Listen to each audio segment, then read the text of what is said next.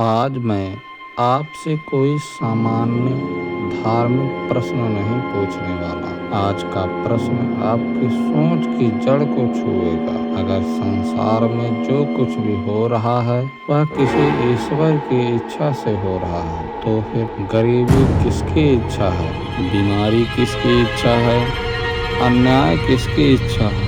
और अगर यह सब ईश्वर की इच्छा नहीं है तो फिर जिम्मेदार कौन है? 2500 साल पहले एक व्यक्ति ने यही प्रश्न उठाया। वह थे गौतम बुद्ध। लेकिन ध्यान दीजिए, उन्होंने कभी यह नहीं कहा कि ईश्वर नहीं है। उन्होंने कहा, जिससे दुख समाप्त नहीं होता उस बहस में मत उलझो। यहीं से शुरू होती है वह क्रांति जिससे मानव इतिहास की दिशा बदल गई। जब बुद्ध प्रकट हुए उस समय समाज 3 बातों पर टिका था: जन्म आधारित श्रेष्ठता, यज्ञ और कर्मकांड, भाग्यवान। लोगों को सिखाया जाता था, तुम्हारा जन्म ही तुम्हारी नीति, तुम दुखी हो क्योंकि यह ईश्वर की इच्छा है। सोचिए, अगर किसी समाज को यह विश्वास दिला दिया जाए कि सब पूर्व निर्धारित है, वह कभी पछ नहीं करेगा। बुद्ध ने सबसे पहले इसी मानसिकता को चुनौती दी। उन्होंने पूछा, यदि सब कुछ ईश्वर करता है तो कर्म का क्या अर्थ है? अगर पाप भी उसी की इच्छा से है तो दंड किसे मिलना चाहिए? यह सवाल व्यवस्था की जड़ पर प्रहार था। बुद्ध ने सृष्टि की उत्पत्ति की चर्चा नहीं की, उन्होंने दुख की उत्पत्ति की चर्चा की। उन्होंने प्रतिस्तुमुत्पाद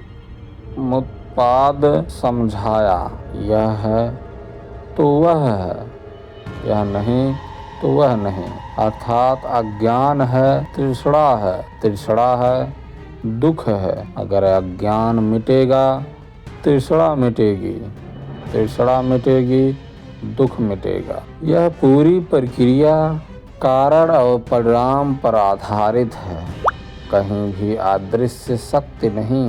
यह दृष्टिकोण आधुनिक वैज्ञानिक सोच से मेल खाता है। कई बार उनसे पूछा गया, क्या ईश्वर है, क्या आत्मा शाश्वत है? वे चुप रहे। क्यों? क्योंकि उनका लक्ष्य दर्शन की जीत नहीं, मनुष्य की मुक्ति था। उन्होंने उदाहरण दिया, यदि किसी व्यक्ति को तीर लगा हो तो वह पहले यह पूछेगा कि तीर किसने बनाया, या पहले तीर निकालेगा। बुद्ध ने कहा, पहले दुख दूर करो। उस समय आत्मा को अस्थायी माना जाता था। बुद्ध ने कहा, सब कुछ अनित्य है, शरीर बदलता है, विचार बदलते हैं, भावनाएं बदलती हैं, तो अस्थाई में कहाँ है? यदि आत्मा अस्थाई नहीं तो सृष्टिकर्ता का प्रश्न भी जटिल हो जाता है। यह एक दार्शनिक क्रांति थी। सबसे बड़ा प्रश्न, अगर ईश्वर नहीं तो नैतिकता कहाँ से आएगी? बुद्ध ने कहा, नैतिकता भय से नहीं, करुणा से आती है। उन्होंने पंचशील दिए, हिंसा मत करो, चोरी मत करो, झूठ मत बोलो, बेविचार मत करो, नशा मत करो।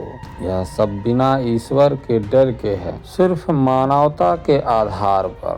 बुद्ध का सबसे बड़ा संदेश, अपदीपो भव, स्वयं अपना दीपक बनो। इसका अर्थ कोई बाहर से आकर उदार नहीं करेगा, तुम्हें स्वयं जागना होगा। इसी दर्शन से प्रभावित होकर B.R. अम्बेडकर ने बुद्ध धर्म को स्वीकार किया। उन्होंने कहा, धर्म वह होना चाहिए जो मनुष्य को स्वतंत्र बनाए। तथागत ने ईश्वर का विरोध नहीं किया, उन्होंने अंधविश्वास का विरोध किया। उन्होंने डर नहीं फैलाया, उन्होंने विवेक जगाया।